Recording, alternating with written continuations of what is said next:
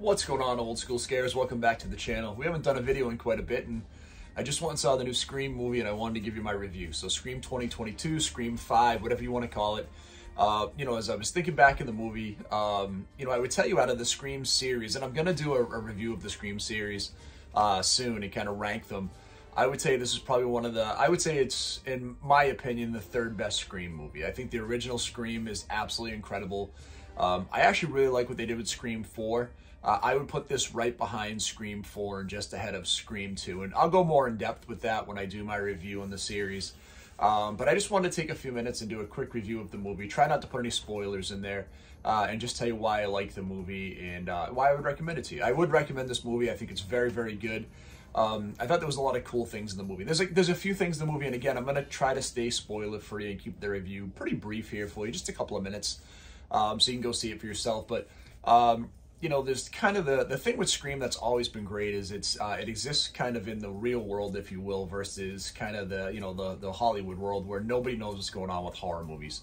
And this one is probably more meta than even most of them were, right? There is a ton of references to other horror franchises beyond just some of the Wes Craven stuff. It's very open to bringing people back in from all different parts of the franchise, which I thought was kind of cool, from the first movie and the fourth movie. I think they did a really nice job of that. There was a couple of interesting pieces that came into the movie. I'm not a huge fan of retconning. Anyone that's heard me do any of my reviews, I don't like when we add in things later on. And I think Scream 3 did quite a bit of that. There's a little bit of that in Scream 5, but I don't think it really detracts from the movie a ton. The one thing that Scream has always done very well is they've always had a good cast.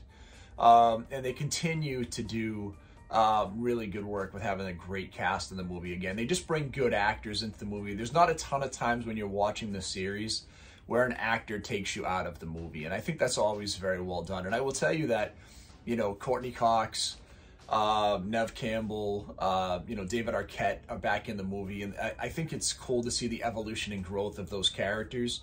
And the new characters they bring into the movie are well played as well. There are a couple of the female characters in the movie that I thought were a little over the top. But again, it's teenage dialogue. It's supposed to be kind of over the top. And I think they do a nice job for the most part with the language. I would tell you that the highlights of the movie for me, so let's go through the highlights and maybe a little bit of the lowlights. And again, without trying to give any spoilers away. I think the movie, again, great acting. There's a lot of really cool set pieces, a lot of bringing back to previous cast members. So I think all of that's really cool. It brings back a little bit of nostalgia, but done in a way that doesn't feel forced or heavy-handed, which I really, really liked in the movie. Some great kills in the movie.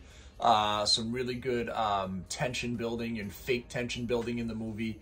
And again, the self-referential parts of the movie are actually very, very well done. So I just really like it a lot. I think they do a really good job with the referential pieces, the gore, the scares, the acting, all very well done. If I would say that probably what I didn't like in the movie, again, a couple of the female characters come across as a little bit forced or disingenuous. There might be even, like I said, a little bit of retconning in the movie that I'm not a giant fan of. Again, it doesn't take me out of the movie, but it's not my favorite part. And again, I'm not always the biggest fan of that. And as always with the Scream movies, there's probably just maybe one or two too many red herrings in the movie. Again, they're trying, this is kind of the whole thing in the Scream franchise, right? Anybody can be the killer at any point in time. And they continue to take that to this next level in this movie. So, but overall, I would say holistically, I would give the new Scream 2022, Scream 5, whatever you want to call it, I would probably give it a solid 7 out of 10. Definitely a recommend. Something I would see in the theater. It's a lot of fun. Well done, good acting, good score, great cinematography, good kills. Just an overall fun movie. I would recommend you check it out. That's it. For now, stay scary, and we'll talk to you very soon.